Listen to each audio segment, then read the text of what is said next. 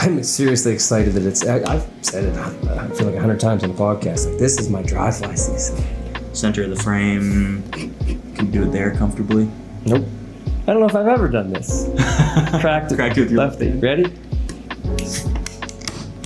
Ooh, that's a good one. That's a good one. She foamy.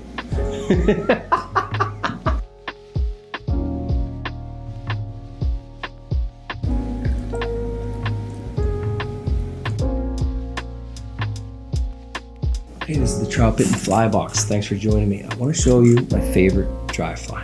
And it's my favorite because blah, blah, blah. Are we in a good spot? Mm-hmm. Hey, this is the Troutbitten Fly Box. Thanks for joining me. I want to show you my favorite dry fly, the perfect parachute ant. And I mean it, this is my favorite dry fly. It's my favorite probably because I catch the most fish on it. Seriously, of all the dry flies that I fish, I've caught more on this fly than any other dry. That's because I fish it a lot. It's also because I fish it for a long period of the season. This is my go-to from mid-June all the way into mid-October, sometimes late October. Let's think about this. The green drakes just ended a couple weeks ago. And for us, the end of the green drakes signals the end of the easy mayfly season, put it that way. Most of the mayflies are done after the green drakes. And I say easy mayfly because mayflies are the easiest flies for trout to come up and get. The mayfly done needs to come up to the surface, dry its wings, and they're kind of like sitting ducks for the trout. And then the spinner stage, of course, the end stage, the final stage of that mayfly, it's a dead bug on the water. It's easy for the trout to come up and get it. And for us, again, after the green drakes, most of the mayflies are done, but the trout have been seeing those easy meals for months now. Now, all of a sudden, they're kind of done. Now, we have light cahills, slate drakes, tricos are coming up, and plenty of caddis every day. We live in a very bug-rich area. But those caddis, let's think about that.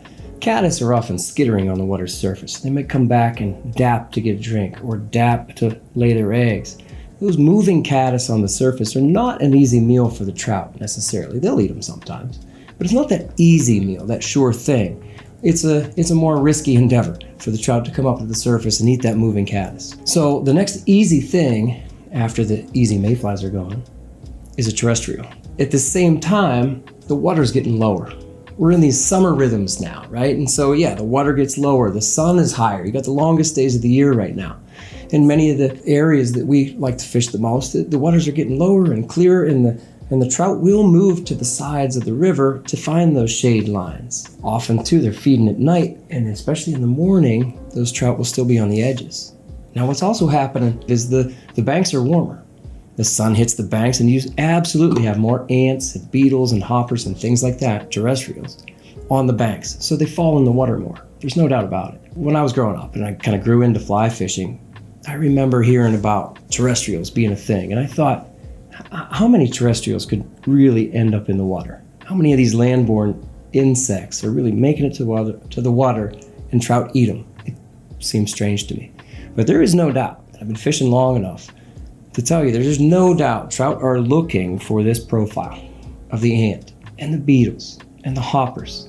Now around here, we don't have hoppers much. We have grasshoppers, but trout don't see them often enough to target them around here. But my, oh my, they target the ants, they target the beetles. This perfect parachute ant, I think, they take for a beetle just as much as the ant. I'll tell you a little bit more about that in a minute. So I fish this in a size 10, size 12, 14, 16, and 18. I don't fish them any smaller, and I tend to fish the 10s and the 12s the most.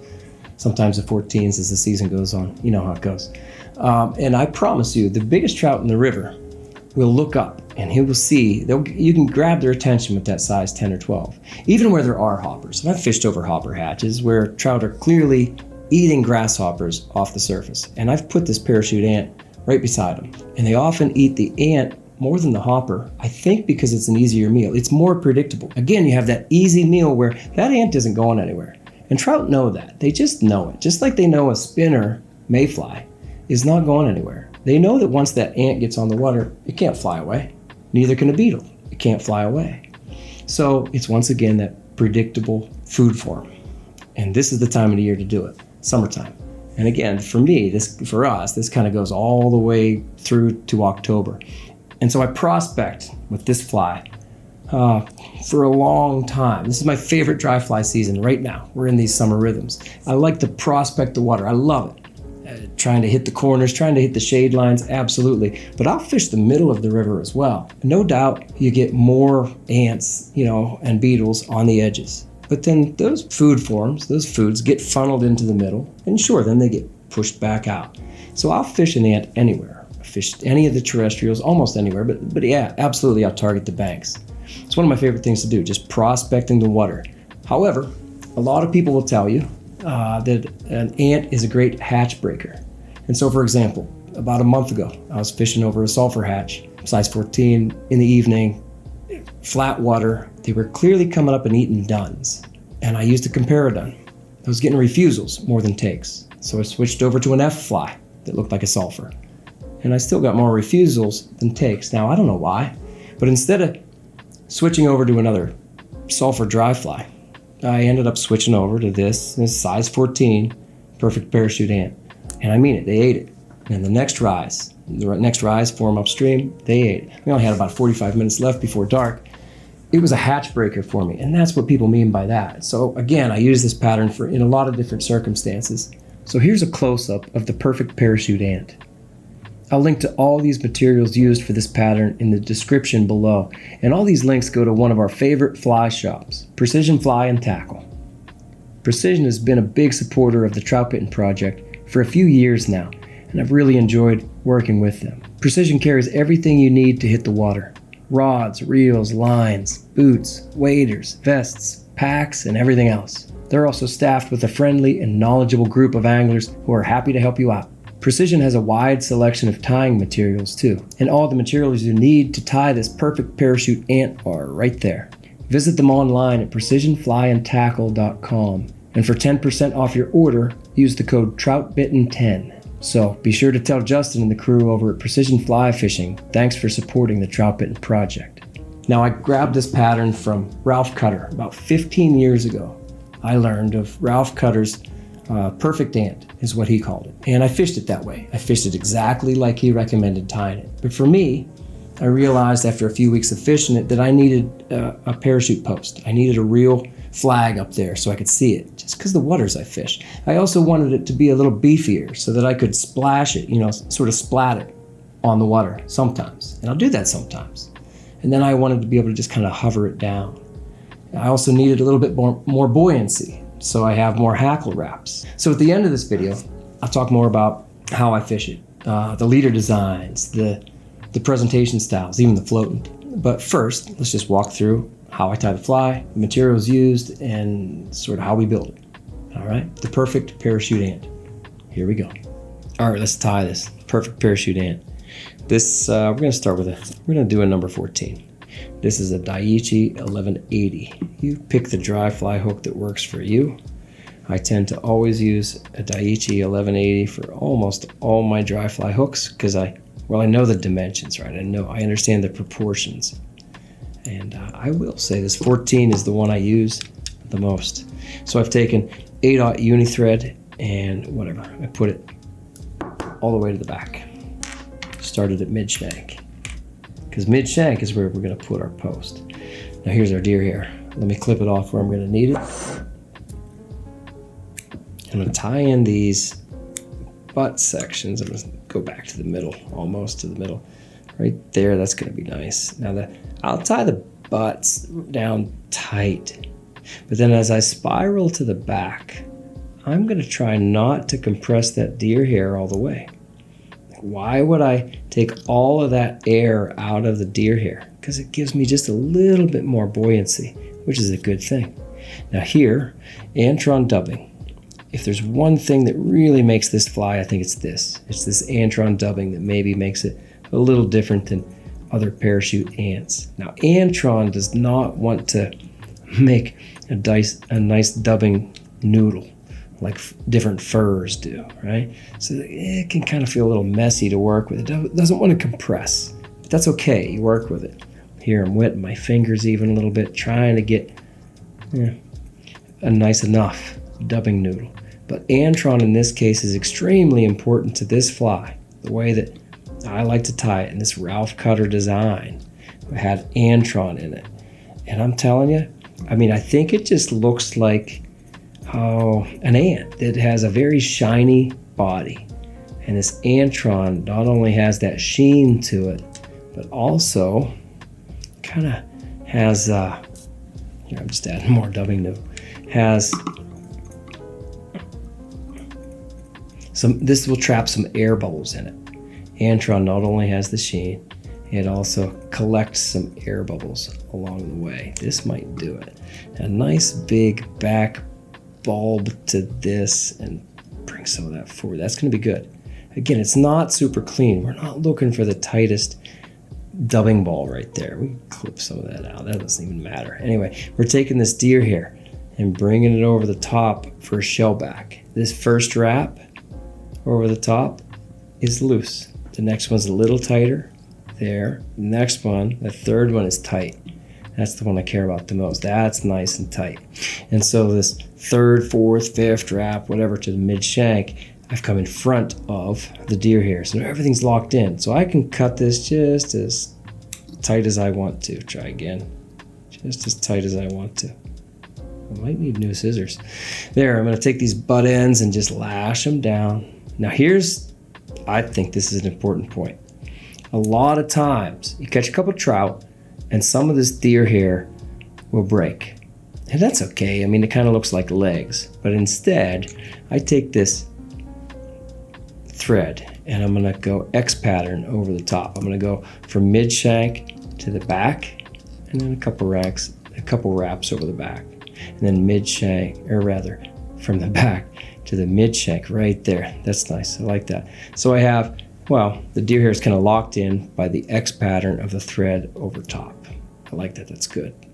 So we're going to take, whatever, spiral this to the front because I like putting my parachute post over some thread and instead of bare hook shank.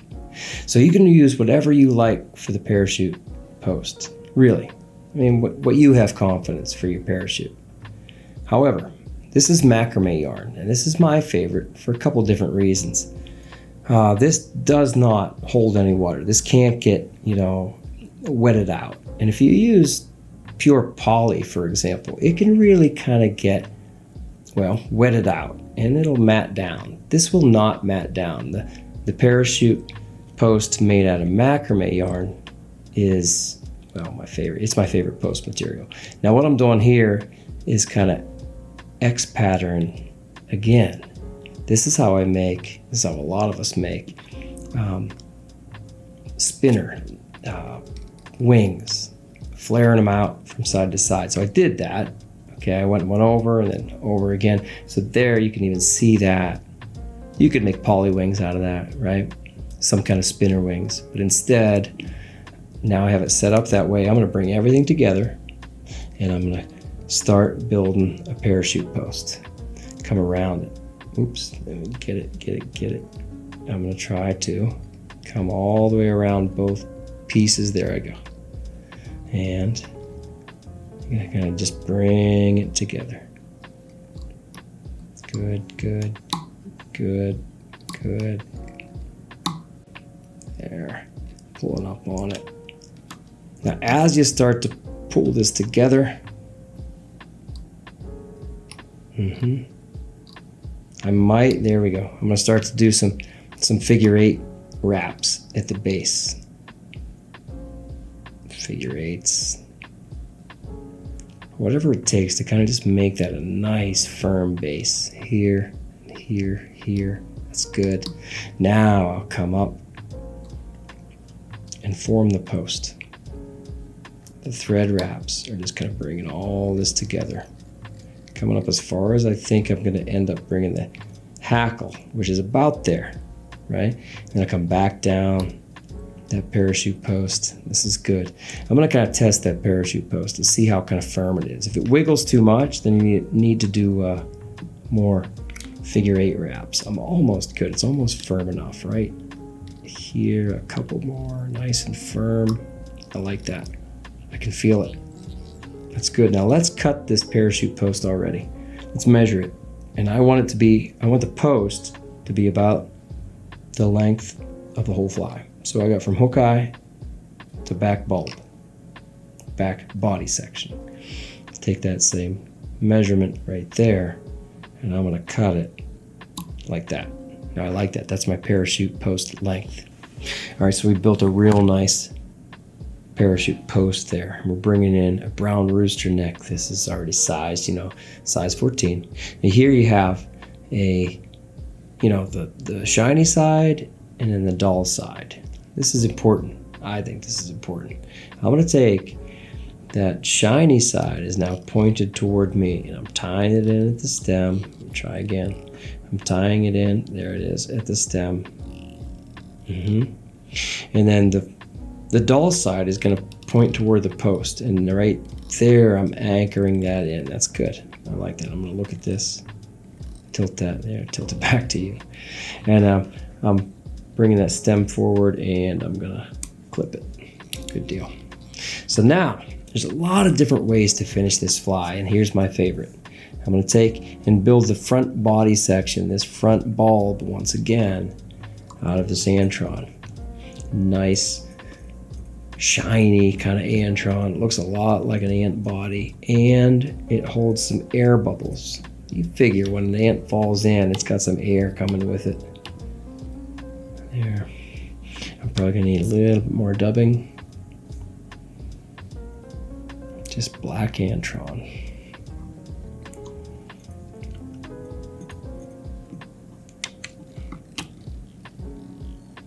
That's about good. I'm gonna look at it. Yeah, that's good. I like that. I got two body sections. Of course, the back has the deer hair. I'm not gonna put any deer hair on this front body section. Now here's the thing. I'm ready to finish the fly. There are a lot of different ways to do this. There are really 3 or 4 good ways to finish a fly. Here's my favorite. I want to take these thread wraps. I'm gonna go around the post. Maybe one more time. Forward and around the post, and I'm gonna let it hang. Right there. Now I'm going to take the hackle. Now here's what's variable. If I want more buoyancy, I'm going to go more hackle wraps. There's 3, there's 4, up to the top of the post. I'm going to come down 4, coming down the post now 5, maybe 6. Let's go 7 on this one. 7. Now I need to tie that hackle off. All I'm going to do here is take this and around the post instead of around the shank of the hook. Around the post. There, it's already captured. And I'm going to go around the post maybe again. Maybe one more time. I'm going to tilt this my way so I can see it. There, I like that. So I came under the hackle every time. Underneath the hackle every time with that thread. Right? Keeping the tension on it. Right there. And now I got this. I might as well go ahead and cut that hackle, snip that hackle right where it needs to be. Good. Come around that, underneath and around each time. It's a good look. Like, look at this. If you can see it. Right like that. That's a good look. So anyway, I'm going to take this thread wrap. I'm going to go over the front bulb and to the hook eye. Again, I've seen people put super glue here and everything and try to tie everything off around the post. I don't do that. And here's what I'm going to do. Come underneath the hackle, but over top of the front bulb. And here I'm at the hook eye already, right? I'm going to take my whip finish tool and I'm going to be done. I'm going to do a whatever, 3, 4, 1, 2, 3, 4 turn whip finish. I'm done. That's it. And that to me is the cleanest way to not finish off this perfect parachute ant, but any parachute, that's the way I do it. My fly's done. I'm going to look around here. I mean, none of this matters to the fish, but here, I'll clip that little bit off right there. Again, look at this. That is super clean. That's a number 14 perfect parachute ant. That's the way I like it to look. All right, there you go, the perfect parachute ant.